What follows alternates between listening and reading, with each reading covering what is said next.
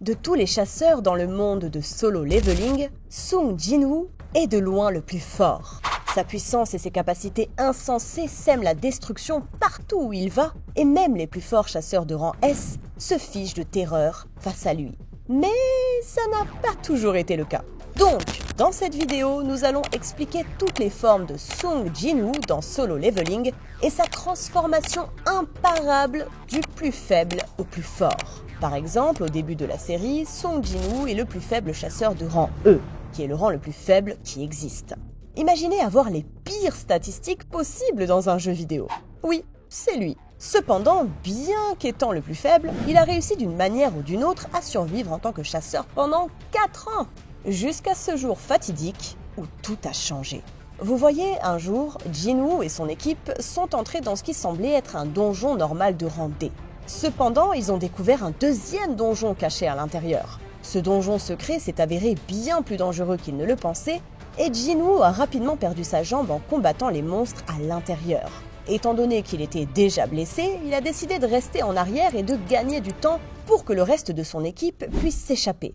Juste au moment où il est sur le point de mourir face au monstre, il reçoit un message lui disant qu'il a accompli une sorte de quête secrète et qu'il peut choisir de devenir un joueur. Être un joueur signifie qu'il commencera au niveau 1, puis montera lentement en niveau et deviendra plus fort en accomplissant des quêtes et en tuant des monstres. N'ayant rien à perdre, Sung Jin-woo accepte.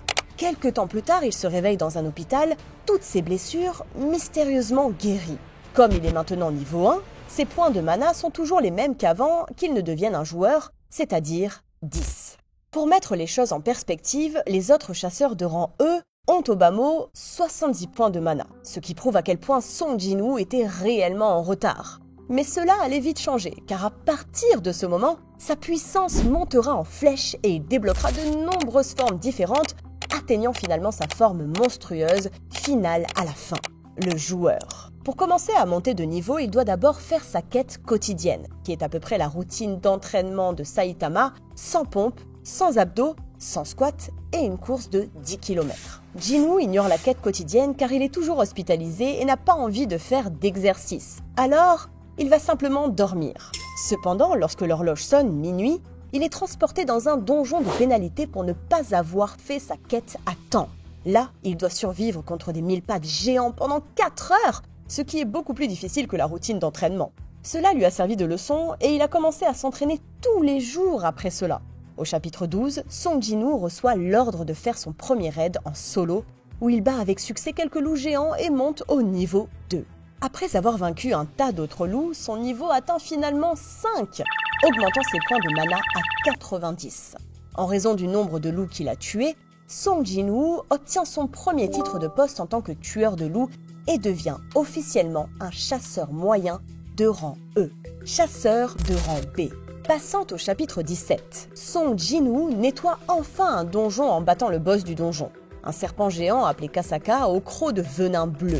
En sortant du donjon, il entend qu'un groupe de chasseurs peine à vaincre un boss de donjon à proximité, alors il va les aider. D'une distance sûre, il lance sa lame brisée sur la tête du boss et le bat d'un seul coup. Avec cela, son niveau atteint 18 et il est évident qu'il est maintenant beaucoup plus fort que n'importe quel chasseur de rang E ou de rang D dans le monde. Après avoir vaincu le boss, Jin-woo continue de s'entraîner chez lui jusqu'à ce qu'il reçoive un appel pour rejoindre un raid de rang C.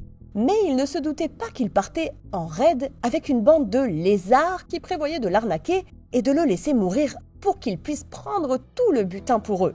Finalement, ils ont enfermé Jin-woo seul dans la salle du boss. Mais quand ils sont revenus, ils ont été surpris de voir le boss mort. Sung Jin-woo l'a tué tout seul.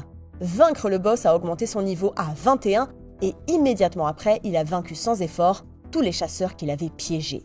Bien que Jin-woo soit déjà bien plus fort qu'au début, ce n'est que le début et il reste encore 10 formes insensées à maîtriser. Et vous serez surpris de voir à quel point il devient fort. Chasseur de rang A. Après avoir accidentellement terminé une quête secrète, Jin-woo obtient une clé pour un donjon de rang S et dit à peu près « Au diable, voyons comment ça se passe ». Il entre dans le donjon du château des démons où il est immédiatement confronté au gardien des enfers, Cerbère. Jin-woo peine au début mais réussit à vaincre la bête grâce à un objet de récupération de statut qu'il avait sur lui. Cette victoire a propulsé son niveau jusqu'à 25 mais elle l'a aussi aidé à réaliser qu'il n'était toujours pas assez fort pour terminer ce donjon. Alors, il s'est fait la promesse d'y retourner une fois qu'il serait devenu assez fort. Avance rapide au chapitre 34. Song Jin-woo rencontre Woo Jin-chul de l'association des chasseurs et il comprend instantanément la différence de leur puissance, commentant à quel point il est actuellement beaucoup plus faible que Jin-woo. Et c'est juste, puisque Woo Jin-chul est à un rang A de haut niveau. Réalisant qu'il n'est toujours pas assez fort pour ses objectifs ultimes, Jin-woo commence à faire de plus en plus de raids et au chapitre 36, il atteint le niveau 40. En atteignant cette étape, il reçoit une notification importante lui indiquant qu'il peut maintenant partir en quête pour acquérir un boulot. Cela pique son intérêt et il accepte la quête, entrant dans un donjon instantané. Là, il bat facilement les chevaliers et magiciens morts-vivants et obtient un joli butin. Cependant, le problème était qu'après avoir vaincu le boss du donjon pour une raison quelconque, sa quête n'était pas terminée. C'est alors qu'une quantité infinie de soldats morts-vivants commence à l'attaquer, avec de plus en plus arrivant à chaque fois qu'il en tue quelques-uns. Jin-woo était submergé, mais il a heureusement été sauvé en étant envoyé dans le donjon de pénalité, puisqu'il n'avait pas fait son entraînement quotidien ce jour-là. Cette fois, le donjon de pénalité fut un jeu d'enfant pour lui, et il tua tous les 1000 pas de géants à l'intérieur, ce qui lui donna 4 heures pour récupérer. En retournant au donjon et en constatant qu'il y a encore plus de soldats morts-vivants maintenant, Jin-woo remarque que les magiciens à l'arrière semblent être ceux qui invoquent tous les soldats, alors il se précipite pour les tuer en premier. Après s'être débarrassé du dernier magicien, il remarque que la quête a été accomplie et est excité à l'idée du métier qu'il obtiendra. Peut-être un guerrier, un assassin ou peut-être même un tank. Eh bien, il obtient nécromancien, ce qui le déçoit grandement. Mais juste au moment où il est sur le point de refuser ce métier, le système lui dit que le nécromancien est une classe cachée, ce qui le fait reconsidérer. Après avoir accepté de devenir un nécromancien, le système évalue ses statistiques et améliore sa classe en monarque des ombres, ce qui débloque extraction d'ombre, une compétence puissante qui lui permet de ramener les morts à la vie et de les utiliser comme ses propres soldats. Il utilise immédiatement cette compétence sur les soldats morts-vivants qu'il vient de combattre, mais réalise ensuite qu'il peut faire beaucoup plus avec. C'est alors qu'il a transformé le boss de donjon vaincu, Ygritte, en son premier soldat nommé. Au moment où Jin-woo quitte ce donjon, il est niveau 51, avec quelques douzaines de soldats de l'ombre à ses côtés. Avoir sa propre armée d'ombre a considérablement augmenté la force de Jin-woo, mais ce n'était que le début, et son armée deviendrait bientôt beaucoup plus forte. Rang A de haut niveau. Il ne fait aucun doute que Song Jin-woo est déjà de rang A. Mais dans le contexte du monarque des ombres, il n'en est qu'au début. Quoi qu'il en soit, peu après cela, Jin-woo va avec sa sœur dans un donjon moyen de rang C afin de lui montrer qu'être chasseur est un métier très dangereux et qu'elle ne devrait pas le poursuivre. Cependant, les choses prennent une autre tournure lorsque la porte du donjon s'avère être une porte rouge. Les portes rouges scellent leur entrée une fois qu'un groupe y pénètre, donc pour sortir, le groupe doit se battre à travers le climat fou de la porte rouge et vaincre le boss du donjon. Et ce n'est qu'alors que la porte s'ouvrira à nouveau. Alors que tout le monde a peur de se faire tuer par les féroces ours polaires, Jin-woo passe à l'offensive et chasse les ours à la place. Il invoque ses soldats de l'ombre pour tester leur force et est surpris de leur puissance, Ygritte étant même plus fort que lui. Ce combat a augmenté son niveau à 52 et lui a également permis d'obtenir plus de soldats de l'ombre grâce aux ours polaires vaincus, agrandissant son armée. Après un certain temps, Jin-woo engage un combat contre le boss du donjon, mais se rend compte que même avec tous ces soldats de l'ombre, ce ne sera pas un combat facile. Afin de renforcer davantage son armée, Jin-woo tue l'un des chasseurs de rang A à proximité. Ce type avait déjà essayé de le tuer, donc on peut dire que c'est justifié, et le transforme en soldat de l'ombre nommé Iron. Avec l'aide de Iron, Jin-woo parvient finalement à vaincre le boss du donjon. En sortant du donjon, il est accueilli par le chasseur de rang S, Baek Yoon-ho, qui le menace pour qu'il réponde à ses questions. Cependant, Jin-woo l'intimide et le chasseur recule, pensant en lui-même que Jin-woo est très proche de son niveau. C'est la première fois dans l'histoire que l'on a confirmation que Jin-woo est vraiment proche du rang S, bien qu'il soit encore officiellement classé comme le plus faible des rangs E. Vous pourriez penser que Jin-woo ne peut pas devenir beaucoup plus fort qu'il ne l'est déjà, mais c'est totalement faux, car il lui reste encore 8 formes à maîtriser et il deviendra bientôt un véritable monstre. Rang S. Après l'incident de la porte rouge, Jin-woo est retourné farmer les donjons. Et au chapitre 56, il était déjà niveau 61 avec plus de 1600 points de mana. Oh, et vous vous souvenez quand Jinwoo est allé dans ce donjon de rang S où il a à peine vaincu le gardien du château? Eh bien maintenant qu'il est plus fort que jamais, il décide d'y retourner et de tenter de terminer l'intégralité du donjon. Il nettoie facilement les 50 premiers étages, et bat même le souverain des étages inférieurs, le cupide Vulcane. Là, il trouve aussi une recette pour l'eau bénite de vie. À ce stade, nous ne savons pas de combien il a monté de niveau depuis son entrée dans le château, mais il est évident qu'il est beaucoup plus fort qu'il ne l'était en quittant la Porte Rouge. Même lui est déjà conscient d'avoir atteint des niveaux de force comparables à un rang S. Jinwoo décide de ne pas continuer plus loin dans le donjon pour le moment et envisage plutôt de passer une réévaluation officielle afin de connaître son véritable rang. Malheureusement, lorsqu'il touche le détecteur de mana censé mesurer sa puissance, celui-ci se brise à cause de sa capacité magique immense. Sa réévaluation est donc reportée à dans 3 jours avec un détecteur de mana plus puissant. Cependant, la nouvelle se répand rapidement et tout le monde apprend que Jinwoo est sur le point de devenir le 10e chasseur de rang S de Corée. Avant de devenir officiellement un rang S, il entre dans une porte de rang A pour voir par lui-même à quoi cela ressemble et observer comment les autres chasseurs affrontent ces donjons de haut niveau. Mais, comme d'habitude, tout tourne mal immédiatement. Il s'avère que le donjon a été mal évalué et qu'il est en réalité très proche d'un donjon de rang S. Les chasseurs présents sont rapidement submergés par la première vague d'orques. Tous sont emmenés dans la salle du trône où ils rencontrent le chef des orques et découvrent l'ampleur de son armée. Pendant ce temps, le chasseur de rang A, Woo Jin-chul, et la chasseuse de rang S, Cha, entrent dans le donjon pour aider les autres après avoir appris à quel point il est dangereux. Mais lorsqu'ils arrivent, ils ne peuvent qu'observer Jinwoo invoquer plus de 100 soldats de l'ombre et nettoyer tout le donjon entièrement seul. C'est aussi à ce moment-là que Cha commence à tomber amoureuse de lui, au fait. Bref, après le combat, Jinwoo transforme plusieurs petits orques en soldats de l'ombre et fait même du boss un nouveau soldat d'élite nommé Tusk. Donc, si maintenant on combine toutes ces invocations, Jinwoo commande 123 ombres ordinaires et 4 ombres d'élite. Rang S de haut niveau. Un jour passe et le moment pour Jinwoo d'être officiellement enregistré comme chasseur de rang S est enfin arrivé. On lui demande de montrer ce qu'il sait faire et pendant que 3 chasseurs de rang S l'observent, il invoque environ 20 de ses soldats de l'ombre et montre également son incroyable vitesse, ce qui terrifie Baek. Lorsqu'ils se sont rencontrés après l'incident de la Porte Rouge, Baek était sûr que Jinwoo était beaucoup plus faible que lui, mais maintenant il avait l'impression d'être à des kilomètres derrière Jinwoo. Il se dit que c'est presque comme si Jinwoo pouvait continuer à monter de niveau ou quelque chose du genre. Quelle théorie idiote! Ayant atteint son rang S, Jinwoo retourne au château des démons pour obtenir l'ingrédient final de l'eau bénite de vie qui est gardé par un boss 25 étages au-dessus de lui. Nettoyer ces étages lui a donné une tonne d'XP et au moment où il a atteint l'étage 100, son niveau était déjà de 93. Au dernier étage, Jinwoo doit se battre contre le roi démon Baran. Malgré la force de Jinwoo, Baran est vraiment coriace et tue presque le chasseur. Cependant, après avoir canalisé toute sa force dans une dernière attaque, il réussit enfin à maîtriser et à vaincre le roi démon.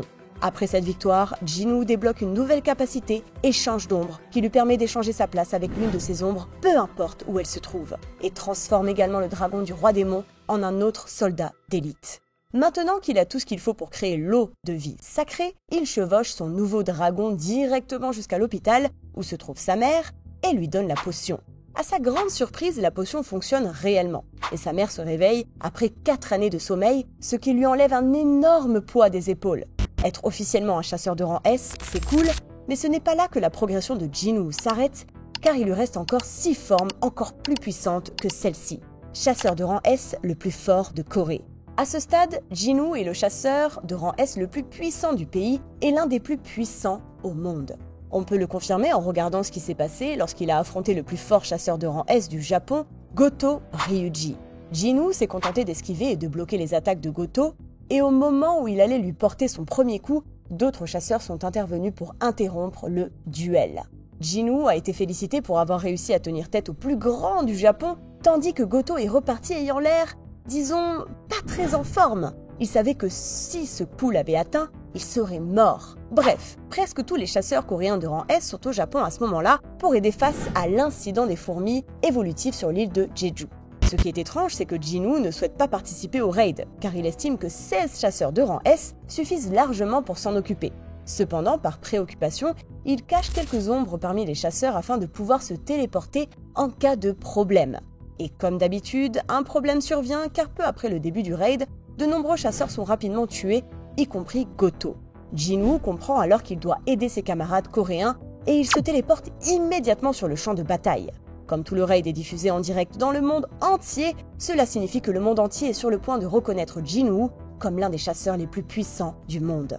Il montre aussitôt ses compétences de soins en guérissant ses camarades de rang S, à l'exception de Cha, dont les blessures sont bien plus graves et nécessitent l'intervention d'un véritable soigneur. C'est à ce moment-là que le roi fourmi arrive, et les deux s'engagent dans un combat épique en 1 contre 1, Jinwoo dominant le roi fourmi dans tous les domaines. En tuant le roi fourmi, Jinwoo atteint le niveau 99, avec des points de mana proches de 10 000, mais il ne sait toujours pas quoi faire pour soigner Cha. S'il veut la sauver, il n'a qu'une seule option, ranimer l'un des soigneurs de rang S mort pendant le raid, Min, comme soldat de l'ombre, et le faire soigner Cha. Il le fait exactement comme prévu, mais après que Min l'ait soigné, Jinwoo le renvoie car il ne trouve pas cela juste de le garder comme soldat de l'ombre. Tout le monde rentre chez soi pour se remettre, tandis que Jinwoo reste sur place pour éliminer les dernières fourmis afin que cela ne se produise pas. Et ainsi, dans le chapitre 105, en finissant d'éliminer les fourmis, il atteint enfin le niveau 100, chasseur de niveau national. Bien sûr, avant de quitter l'île, il s'assure de transformer le roi fourmi en ombre et celui-ci devient une ombre de rang général nommée Beru. Bref, maintenant que Song Jinwoo a atteint le niveau 100, il obtient une autre clé. Cette fois pour le double donjon, celui où il a obtenu ses capacités au début de l'histoire. Mais avant d'entrer dans le double donjon, il avait quelque chose très important à faire, comme sauver l'école de sa sœur d'une invasion d'orques et flirter avec Cha Hae-in, bien sûr. De plus, il y a une règle en Corée selon laquelle seul un groupe de 10 personnes ou plus peut entrer dans les portails de rang A, ce qui dérange un peu Jinwoo car il veut faire des raids en solo. C'est pourquoi Woo Jin-chul a été envoyé pour observer le premier raid solo officiel de Jinwoo afin de voir s'il est vraiment capable de nettoyer un donjon de rang A par lui-même, même si on connaît déjà la réponse. Le raid s'est terminé rapidement et Woo Jin-chul ne pouvait décrire ce qu'il a vu à l'intérieur que comme un massacre. Donc inutile de dire que Jinwoo a été autorisé à faire des chasses en solo à partir de maintenant. Maintenant que tout ça est derrière lui, le moment est venu pour Jinwoo d'affronter le système lui-même. Au niveau 103, il entre à nouveau dans le double donjon. À l'intérieur, il rencontre l'architecte du système qui souhaite tester Jinwoo en le plaçant dans une arène face aux mêmes statues géantes qu'il avait affrontées au début de la série. Pour rendre le combat plus intéressant, il lui retire tous les pouvoirs que Jinwoo avait acquis en tant que joueur, comme ses invocations, la boutique, le statut, les soins et autres, afin que Jinwoo ne puisse compter que sur sa propre force pour gagner ce combat. Vaincre les statues mineures ne pose aucun problème, mais l'architecte se révèle encore plus fort que l'invincible Jinwoo. Cependant, contre toute attente, il dépasse les espérances de l'architecte et le bat réellement, ce qui permet à Jinwoo de voir les souvenirs de l'ancien monarque des ombres. Son esprit obtient enfin les réponses à tout ce qui s'est passé, tandis que son corps reste endormi, attendant que l'ancien monarque des ombres prenne possession de lui. Mais ça n'arrive pas, car Ashborn, l'ancien monarque des ombres, décide plutôt de transférer tous ses pouvoirs à Jinwoo, faisant de lui son héritier. Jinwoo se réveille rapidement et plaque l'architecte au sol. Il reçoit aussi le cœur de l'ancien monarque des ombres, ce qui fait de lui l'humain le plus puissant de tous les temps, comme s'il ne l'était pas déjà. Ses points de mana passent de juste en dessous de 10 000 à plus de 100 000. Mais le moment le plus épique de cet arc reste sans doute celui où Jinwoo refuse à l'architecte l'accès à son propre système avant de le tuer. Ok, Jinwoo a pratiquement terminé le jeu à ce stade, mais il est encore loin d'avoir atteint son véritable potentiel, ce qu'il accomplira très bientôt. L'administrateur du système. Après avoir tué l'architecte, Song Jinwoo devient le nouvel administrateur du système. Et maintenant que tout est terminé, il tombe inconscient à cause de la fatigue et dort pendant 3 jours entiers. Pendant qu'il dort, un nouveau donjon de rang S s'ouvre au Japon. Il s'y rend dès que possible pour régler la situation et tue le gigantesque géant qui semait la panique dans les rues du Japon avant d'entrer dans la porte. À l'intérieur, il rencontre le monarque du commencement, Legia, aussi connu comme le roi des géants. Il explique que Jinwoo est peut-être devenu un monarque, mais que bientôt, d'autres monarques et des souverains viendront pour le tuer. Legia lui propose donc de faire équipe. Jinwoo ne semble pas vraiment intéressé et lui demande plutôt de devenir l'un de ses soldats d'ombre, ce qui est complètement absurde. Cependant, ce n'est même pas possible, puisque le corps des monarques est différent. Jinwoo le tue, donc, gagnant une énorme quantité d'XP et atteignant le niveau 122, le niveau monarque. Jinwoo décide de faire une pause avec toute cette histoire de monarque et de souverain, et part aux États-Unis pour représenter la Corée lors de la conférence internationale des guildes, où les chasseurs les plus puissants du monde se retrouvent. Bien sûr, Jinwoo est clairement plus fort que tout le monde là-bas, mais il y a encore des gens assez arrogants pour croire qu'ils sont plus puissants. L'un d'eux est Thomas André, actuellement considéré comme le chasseur le plus fort du monde, qui se dispute avec Jinwoo.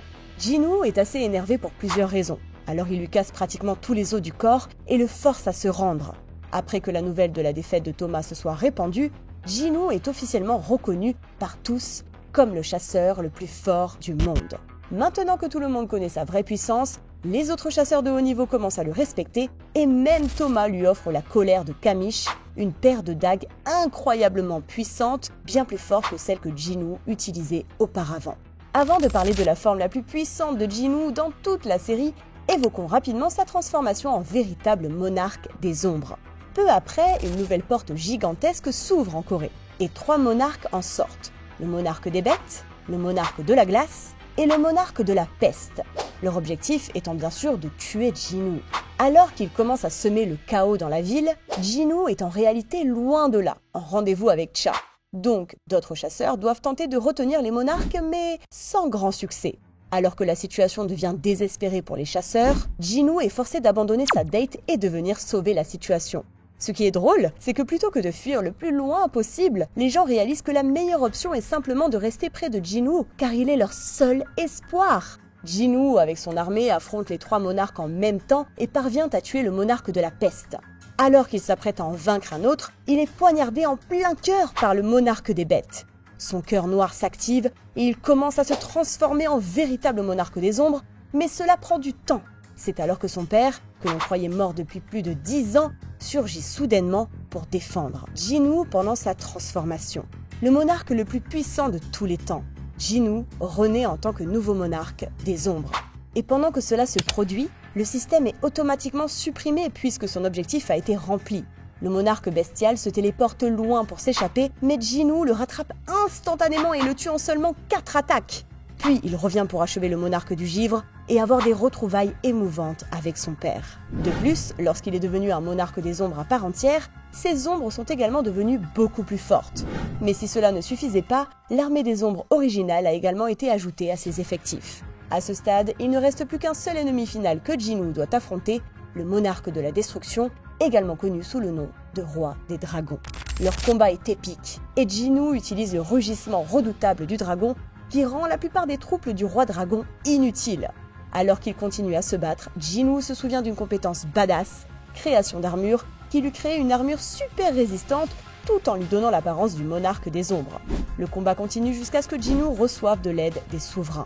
Ils achèvent le roi des dragons et le remercient d'avoir mis fin à la guerre en battant les monarques. Cependant, lorsqu'ils lui demandent s'il veut une récompense, Jinwoo leur demande de le renvoyer dans le temps. Il demande cela parce qu'il veut vaincre tous les monarques et monstres par lui-même cette fois, afin qu'aucun de ses proches n'ait à mourir. Les souverains lui accordent ce souhait et il passe les 27 années suivantes à tuer à nouveau tous les monarques, réussissant enfin. Dans le processus, il débarrasse le monde entier des donjons, des pouvoirs magiques et des bêtes, et continue à vivre une vie normale en tant que monarque les plus puissants de tous les temps.